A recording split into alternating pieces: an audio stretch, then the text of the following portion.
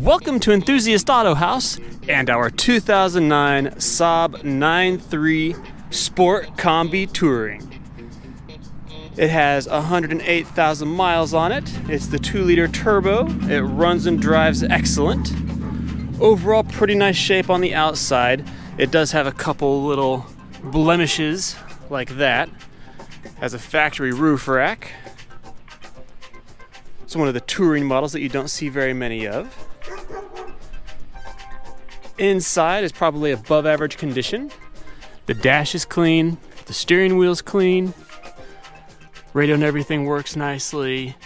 Hot heat, cold AC, has heated seats.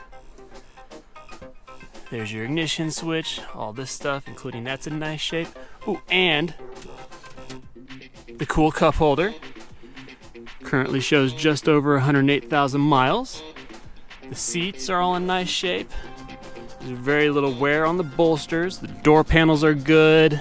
The carpet's good. The headliner's nice. All around, a nice daily drivable example that you can enjoy every single day. So there you have it, our 2009 Saab 9.3.